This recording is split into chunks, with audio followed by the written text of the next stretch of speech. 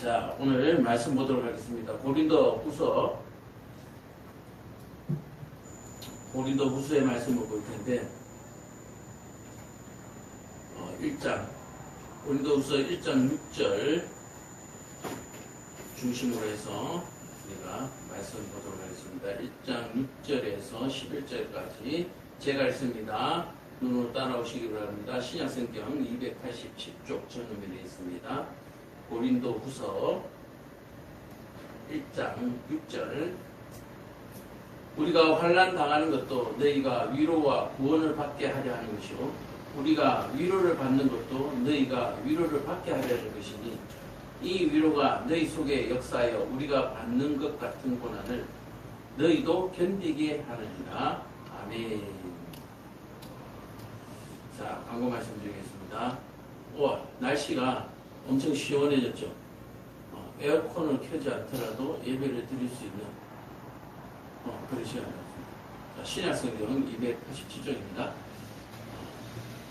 지금 실내 온도가 26도, 7도 왔다 갔다 하는데 실제 체감 온도는 한 25도 정도 되는 거예요. 너무 좋습니다.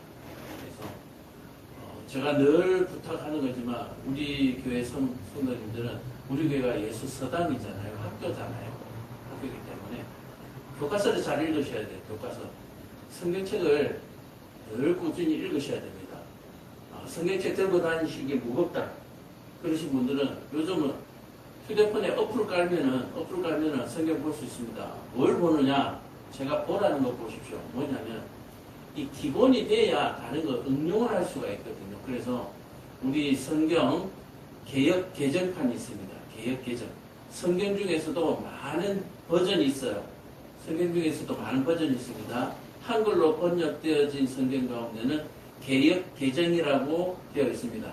우리 성경책에도 보면은 개역 개정이라고 되어 있고 어플에서 다운을 받아서 보시더라도 개역 개정을 보시면 됩니다. 개역 개정.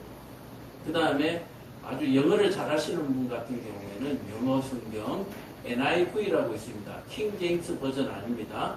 NIV라고 영어 성경 버전이 있습니다. 그래서 NIV 영어 성경을 보시면 되고 다른 언어들은 제가 잘 몰라서 그래서 NIV 성경, 영어 성경과 우리 한글 번역 성경 개정 개역입니다.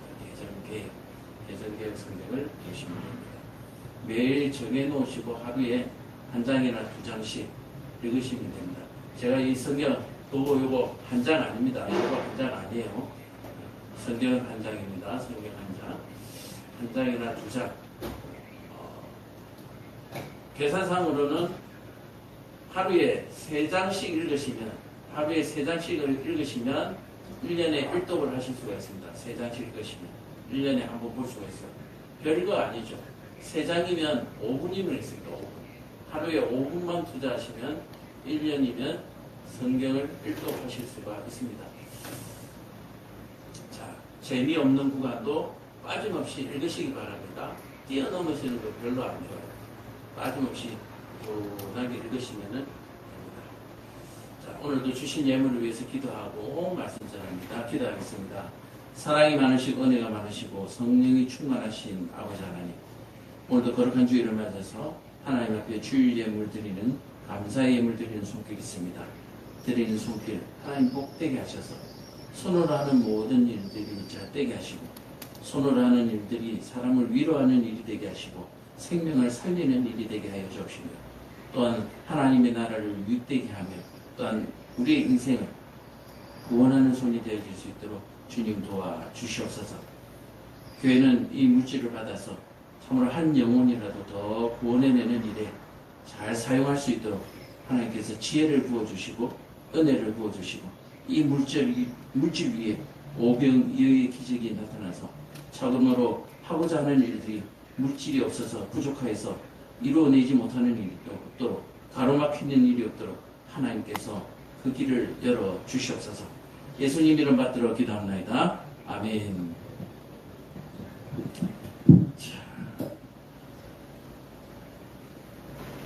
우리가 살다 보니까 돈이 없이는 되는 일이 거의 없어요. 돈이면 답니다. 그래서 유튜브에 보니까 혹시 보셨는지 모르겠는데 돈으로 행복을 살 수 있습니까? 돈으로 행복을 살 수 있어요? 유튜브에서는 뭐라고 얘기하느냐니까 뭐 개그 짤이에요. 돈으로 행복을 살 수가 있습니다. 근데 왜 못 사느냐? 우리는 돈이 많이 없어서 못 사는 거예요. 그러니까 행복은 돈으로 살 수 있는데 돈이 엄청 많아야 살 수 있다는 거예요. 근데 우리는 돈이 없어. 엄청 없어요. 그래서 못 사는 거예요. 돈이 없어서 못 사는 거예요. 그래서 행복을 살려면 돈이 엄청 많아야 된대요. 엄청. 얼마나 엄청 많아야 되는지는 잘 모르겠지만. 그래서 우리는 무엇을 살 수 있는, 돈으로 살 수 있는 것은 뭐냐? 기쁨은 돈으로 살 수 있대요. 기쁨은 돈으로 살 수 있대요. 왜 그러냐 했더니, 혹시 극장에 가서 영화 가족끼리 이렇게 보고 나오시면 기쁩니까? 기뻐요? 다이땡에 가서 물건 사면 기쁩니까? 백화점에 가서 좋은 옷을 하나 사 입으면 기쁩니까? 그래서 그 정도. 그러니까 우리가 돈으로 살 수 있는 건 기쁨 정도는 살 수 있다. 기쁨은 살 수 있고 행복은 살 수 없대요. 돈이 엄청 많아야 된대. 그래서 이 땅에 사는 사람 중에 돈이 엄청 많아서 행복을 사고 있는 사람이 있는지는 모르겠지만 우리가 행복을 돈으로 살 수 없는 것은 엄청 많은 돈이 있어야 되는데 없기 때문이다. 그렇게 얘기를 하더라고요. 자, 그래서 우리는 엄청 많은 돈이 없기 때문에 우리는 뭐가 있어야 된다? 예수님이 있어야 된다. 예수님이 있어야 행복해진다. 라고 얘기를 하는 거예요. 자, 그래서 이 행복을 누가 주느냐 했더니 환란이 우리에게 행복을 준대요. 말이 반어절이죠. 그죠? 반어법이죠. 우리에게 힘든 일이 닥치면 행복이 온대요. 제가 왜 그러냐면은 힘든 일을 통해서 가장 소중한 것을 발견하게 되는 거죠. 힘든 일을 통해서 가장 소중한 걸 발견하게 된다. 이것이 환란이 주는 유익이에요. 근데 엄청 어려운 일이 있었는데도 불구하고 중요한 것을 발견하지 못하면 그냥 어려운 그 문제 그대로 남는 거예요.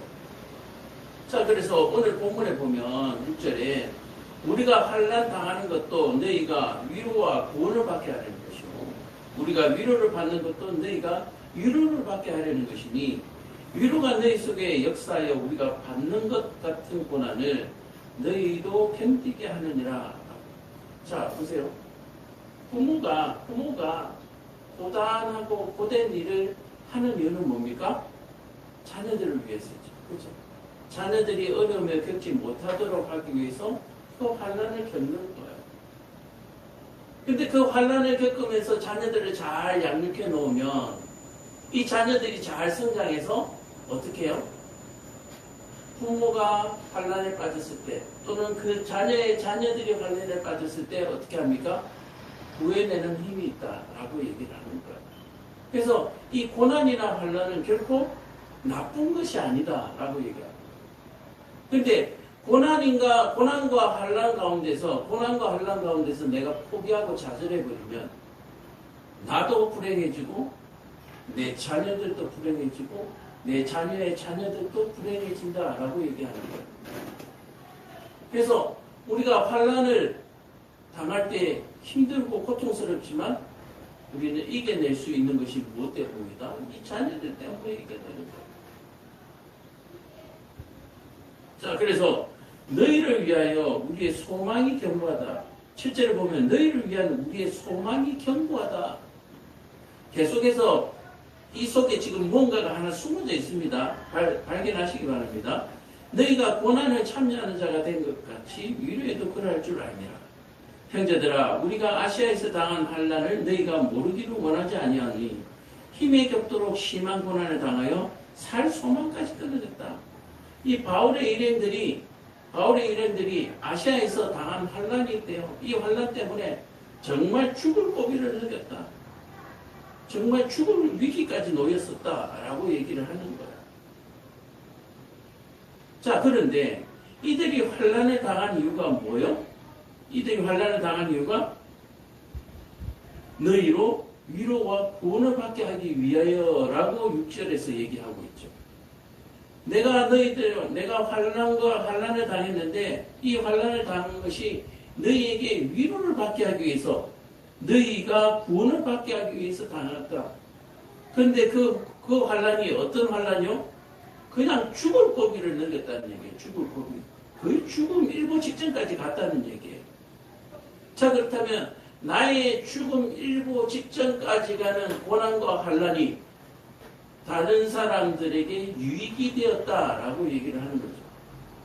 자, 그렇다면 오늘 저와 여러분들이 당하는 환난과 고난이 있다면 각자 좀 다른 분야는 다르겠지만 또 그 정도의 차이는 다르겠지만 지금 저와 여러분들이 당하는 환난과 고통이 과연 다른 사람을 유익하게 하는 환난과 고통이냐, 다른 사람에게 유익을 주는 환난과 고통이냐, 아니면 나의 만족만을 위해서 치러지고 있는 환난과 고통인가, 우리가 이런 것들을 한번 삶을 통해서 생각해 보는 거예요.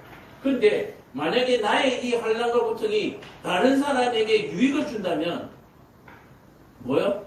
내게 충분히 이것을 이겨낼 수 있는 뭐가 생긴다? 힘이 생긴다라고 얘기하는 거예요. 이해가 되세요? 죽을 고비를 넘기는 이 환난 가운데서도 이들이 살아남은 이유는 뭐예요? 다른 사람들에게, 너희들에게 위로와 힘이 되도록 하기 위해서 내가 살아남아. 그리고 그렇게 하여 주신 것이 누구다? 여호와 하나님이다 라고 얘기하고 있는 거예요. 내가 육신으로는 죽을 수밖에 없었지만 내가 이 환난과 고통에서 이겨내는 것을 통하여서 다른 사람이 유익을 받도록 하나님께서 힘써 주셨다라고 얘기하는 거예요. 그러므로 내가 지금 이 받는 환난과 고통이 하나님과 관계가 없다면 뭐야? 하나님이 도우실 일도 만무하고 결국 나는 죽을 수밖에 없었다라고 얘기를 하는 거예요. 그래서 나의 고난과 환난은 누구와 연결되어 있어요? 하나님과 연결되어 있고, 이 하나님과 연결되어진 환난과 고난은 다른 사람들에게 유익을 준다. 그래서 우리가 흔히 생고생이라고 얘기하잖아요. 생고생하지 말고 우리는 이런 고생을 해야 된다라고 얘기하는 거예요. 하나님과 연결된 고생. 하나님과 연결된 고생이 뭡니까? 지금 우리 일반적으로 교회를 다니든 안 다니든 하나님을 믿든 안 믿든 간에 일반적으로 어떤 고난이 있습니까? 부모들에게는 자녀들을 양육하는 고난. 맞습니까? 또 자녀들에게는 뭐요? 부모를 봉양하는 고난. 이런 것들이 하나님과 연결되어져 있다. 또 내 이웃을 돕는, 구제하는 그런 고난들. 하나님과 연결되어져 있기 때문에 구제하고 다른 사람을 돕는 것을 통해서 우리에게 절대로 뭐하지 못한다? 생명을 빼앗아가는 일이 생길 수도 없고 불행이 있을 수도 없다라고 얘기하는 거예요. 그래서 오늘 저와 여러분들에게 한번 삶을 살아가면서 힘든 일이, 어려운 일이 닥쳤을 때에 이거 한번 생각해 보시기 바랍니다. 이 고난이 하나님과 관계 있는 고난. 만약에 하나님과 관계가 없는 고난이라면 이 고난에서 그냥 손을 떼시기 바랍니다. 그건 생고생이에요. 필요 없는 거예요. 내가 죽을 수도 있는 고난이에요. 그래서 8절까지 우리가 보면서 우리가 깨달아야 될 부분은 내 삶이 하나님과 연결되어져 있는가. 내가 먹고 마시는 것이 지금 하나님과 연결되어져 있는가. 우리 그 식탐이라 그러죠. 먹는 것을 좋아하고 맛있는 것을 좋아하고 남이 먹는 것도 빼앗아 먹고. 근데 탐심이죠. 그죠? 이런 일들은 하나님과 관계된 것이 아니에요. 그런 사람들은 생명을 잃을 수밖에 없는 거예요. 그러나 내 이웃이 굶주리고 있다. 내 이웃이 굶주리고 있어서 동네 방네 쫓아다니면서 쌀 한 대빵만 주세요. 쌀 한 대빵만 도우세요. 그래서 그것들을 모아서 굶주리고 있는 사람들을 먹이는 그러면서 조롱받고 핍박받는 이런 모든 일들은 나의 생명을 살릴 뿐만 아니라 굶주린 영혼들의 생명도 살릴 수 있다라고 얘기하는 거예요. 이런 환란이야 보통. 자, 우리가 아시아에서 당한 환란이라고 8절에 얘기하는데 어떤 환란이냐? 우리가 지금 일상에서 받는 환란과 같은지 한번 봅시다. 고린도후서 1장 8절에 보면 오늘 보시면 아시아에서 당한 환란이라고 나오는데 이 환란을 정확하게 뭐다라고는 말할 수 없습니다. 그러나 이 바울 일행이 당한 고난 가운데 죽을 뻔한 고난이 앞에 사도행전 19장 28절에 나와요. 그래서 제가 찾아봤더니 그들이 이 말을 듣고 분노가 가득하여 외쳐 이르되 크다 에베소 사람의 아데미어 하니라는 대목이 나오거든요. 자, 이 내용이 뭐냐면은 바울 일행이 복음을 전하다가 죽을 뻔한 사건이 중에 하나가 이 아시아 에베소라고 하는 곳에서 있었습니다. 자, 어떤 고난이냐? 여기에서 보면 아데미어라고 나오는데 아데미가 뭐냐? 아데미는 뭐냐면은 고대 에베소 지역에서 숭배하는 여신이에요. 이 지역에서 섬기던 이 에베소 지역에 복음을 전하고 있었는데 이 에베소 지역에서 숭배하는 여신의 이름이 아데미입니다. 그러면 이 아데미 여신은 어떤 인물이냐? 우리가 뭐 책에서 많이 봤던 것처럼 그리스 신화에서는 아르테미스라고 나와요. 아르테미스. 혹시 들어보셨나요? 아르테미스? 들어본 것 같죠? 그죠? 요거는 좀 더 많이 들어봤을 거예요. 로마 신화에서는 다이애나. 영국의 누구 이름하고도 비슷하죠. 이 아데미 신이 아르테미스 또는 다이애나에 해당하는 그런 신이에요. 자, 그래서 아데미 여신은 건강과 풍요, 다산을 상징하는 여신인데 여자니까 다산이에요. 많이. 그래서 이 아데미 신을 섬기는 우상의 제사에는 혼은이 포함되어 있습니다. 혼은 행위가 포함되어 있어요. 우리가 막 무당들 하는 거 봤죠? 무당들 막 굿할 때 보면은 막 악기도 연주하고 춤도 추고 막 부쩍부쩍 뛰고 그러잖아요. 우리 뭐 예배하는 예식처럼 막 그런 것들이 있는데 그 예배 의식 가운데 남녀가 그 신전에 여제들이 있어요. 여자 제자들. 여제들과 그 앞에서 혼음하는 그런 어떤 행위까지도 포함되어 있는, 그래서 이 다산을 풍요로 여기는 그런 신이거든요. 그래서 매년 5월에 축제가 열린다. 아데미 여신을 기리는 축제가 열리는데 5월에 보면은 뭐 우리나라에도 5월에 축제가 참 많죠. 그렇죠? 하여튼 5월에 아데미 여신을 기리고 있고, 그로 인해서 아데미는 에베소에서 정치, 경제, 문화 전반에 걸쳐서 이게 만연하게 되어 있는 그 정신이 그대로 빼어져 있다. 그래서 바울이 이 지역에 복음을 전할 때에 엄청나게 큰 충격이 있었다라고 얘기하는 거예요. 자, 보세요. 이 아데미 신전에서 사람들이 막 제사를 지내고 막 축제를 벌이고 혼음을 하고 막 하는데 문제 해결이 안 되는 거예요. 무슨 말인지 알겠죠? 뭐 사람들이 뭐 문제들을 들고 왔을 거 아니에요. 막 이렇게 재물을 바치면서. 근데 해결이 안 돼. 근데 바울이 가가지고 기도 한 방에 팡팡 문제가 해결되는 거예요. 문제가 해결되니까 병자도 낫고, 뭐 소위 말해서 뭐 덧붙이자면 비가 안 오더니 비도 오고 뭐 아이를 못 낳던 사람이 아이를 낳고 막 이런 일들이 바울의 사회 가운데 생겨나는 거예요.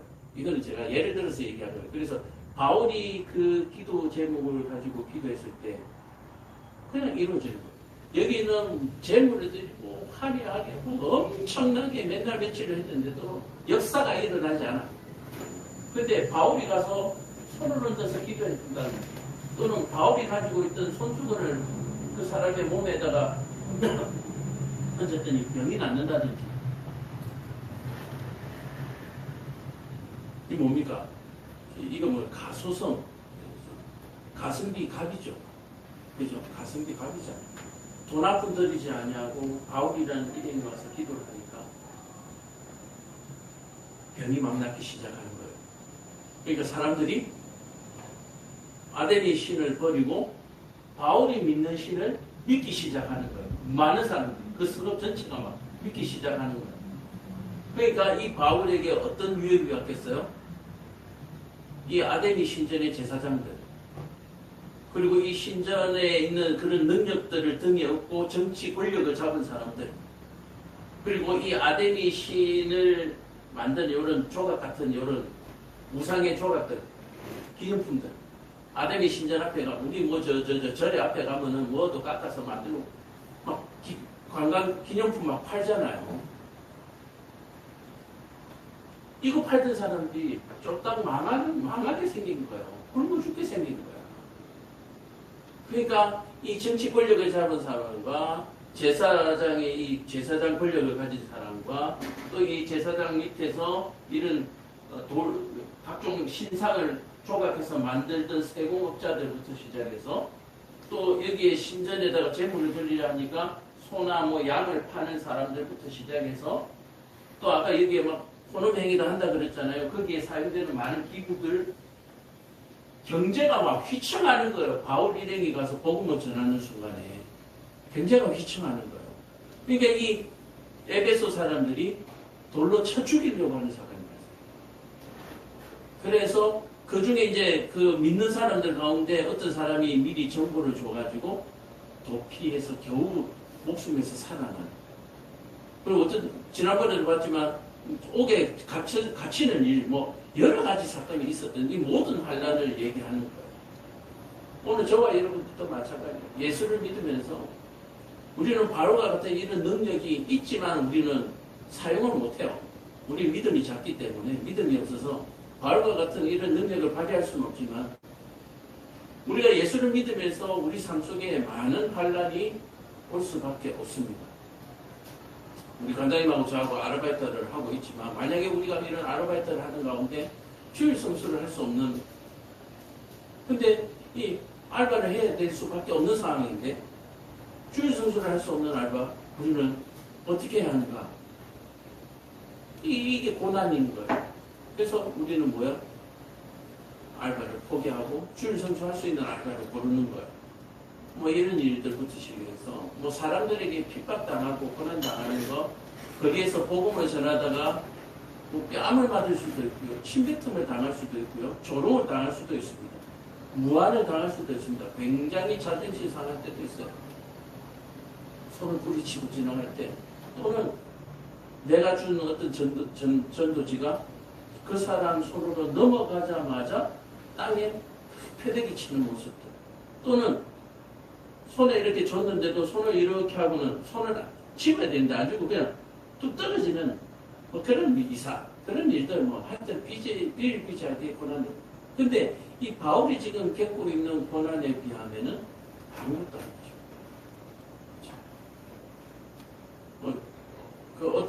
어떤 분들 이런 분들이 있어요. 절 앞에 대웅전 앞에 가서 이렇게 피켓 들고 있는 사람들이 있을 수 있고요. 그러면은 아마 영업방해로 아마 고발당할 겁니다.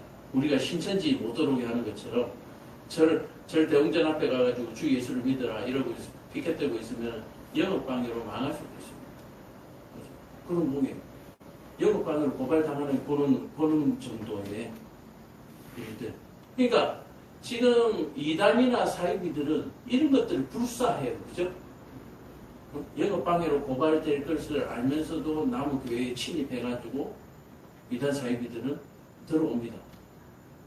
이건 우리는 그렇게 안 하잖아요. 우리는 신사적이니까. 저 공산주의자들은 어떻습니까? 총칼을 앞세워서, 그죠? 미사일을 앞세워서 전쟁을 일으켜서 자기 목적을 달성하잖아요. 근데 민주주의 사회는 그렇지는 않잖아요. 민주주의는 자기 목적을 달성해서 그렇게 하지 않는다. 외교적으로 가서 정확하게 줄 거 주고 받을 거 받고 뭐 그런 식으로 될 수 있으면 무혈 그렇게 협상을 하려고 하죠. 근데 뭐 미국이나 이런 나라들을 볼 때는 전쟁 무력을 사용하긴 하는데 공산주의자들이 하는 무력과는 다릅니다. 왜냐하면 저들의 무력 행사를 약화시키기 위한 무력 행사지 먼저 뭐 때리고 그런 건 없어요. 근데 이스라엘은 또 그렇게 해요. 먼저 막 미사일 발사하고 그래요. 지금 그래서 세계가 지금 엉망진창이 되어져 있는 상황. 자, 어쨌든 이 바울이 받았던 고난과 환난은 이런 환난입니다. 그러니까 예수를 믿는 사람들에게는 유익이 되지만 믿지 않는 사람들에게는 생계를 또는 목숨을 잃게 하는 그런 절대적인 행위가 된다라고 얘기하는 거예요. 그래서 오늘 저와 여러분들에게도 이런 환난과 고통을 당할 수가 있습니다. 예수를 믿다 보면. 자, 그렇다면 이 환난과 고통을 어떻게 해요? 포기할 것인가? 아우, 힘들어서 못하겠다.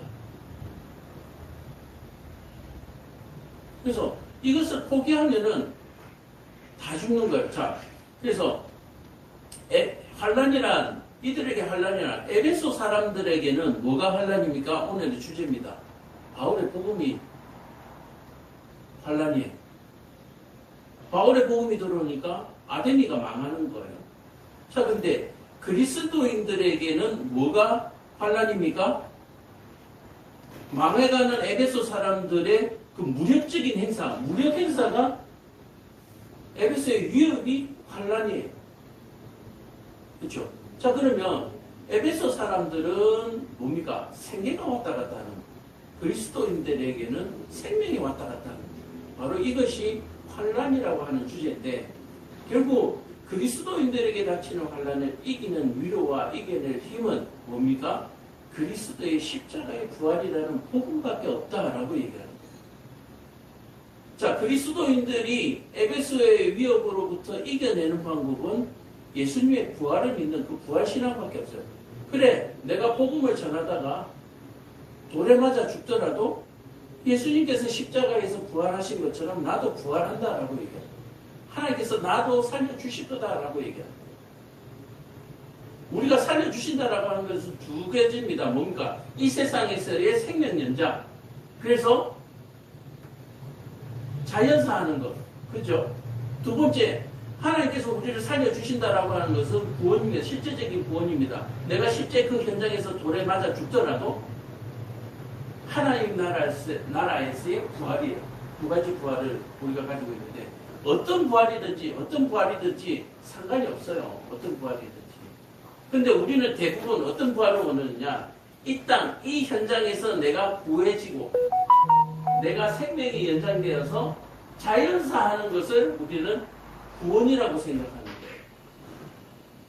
이스라엘 백성들도 마찬가지였습니다. 애굽의 땅에서 노예 생활을 하면서 하나님 앞에 우리를 구해주세요, 살려주세요 라고 얘기했을 때 이들의 구원은 애굽 땅에서 자기들을 구원해내는, 다시 말해서 이 고통에서 나를 빼내주시고 우리가 자연사하도록 해주는 게 하나님의 구원이라고 생각한 거예요.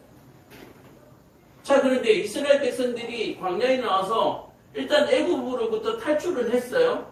고난으로부터 탈출을 했는데 어떤 고난이 또 왔습니까? 목마름과 배고픔, 그리고 침략자들의 고통을 당하게 되는 거예요. 그럼에도 불구하고 하나님께서는 생명 연장과 자연사를 보장해 주셨습니다. 근데 그것을 보장받지 못한 사람들은 어떤 사람들입니까?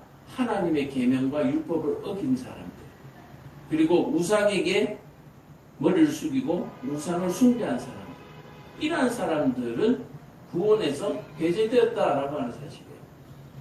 그래서 오늘 그리스도인들, 하나님을 믿는 사람들이 고난과 핍박 가운데에서 우리가 보존받아야 될 것은 무엇인가? 그 보존을 받기 위해서 우리가 빼앗기지 않아야 될 것, 잃지 않아야 될 것이 무엇인가?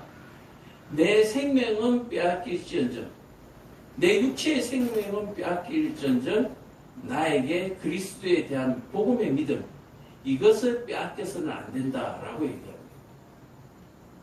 오늘 저와 여러분들에게 그런 위기감과 그런 준비가, 대비가 되어 있느냐라고 하는 것을 오늘 하나님께서 우리에게 물으십니다. 우리가 어떤 어려움이 오더라도 내가 그리스도에 대한 믿음을 잃지 않을 자신이 있는가? 근데 우리에게는 그를 잃지 않을 만한, 잃지 않겠다고 해서 빼앗기지 않는 그런 능력이 없어요.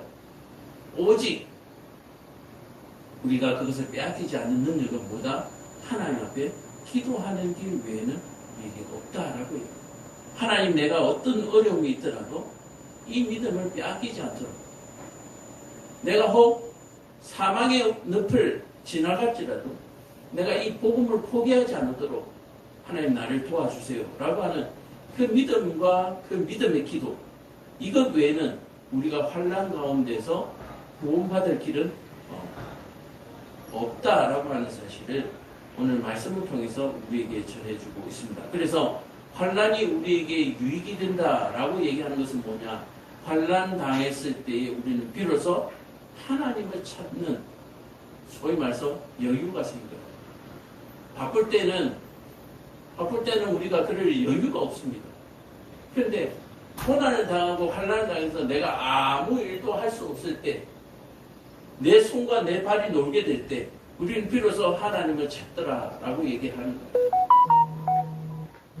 손과 발이 움직일 수 있을 때, 그럴 때는 부지런하게 나를 위해서 살다가 손과 발이 움직일 수 없는 상태에서 누워있을 때, 그때조차도 하나님 나를 구원하소서.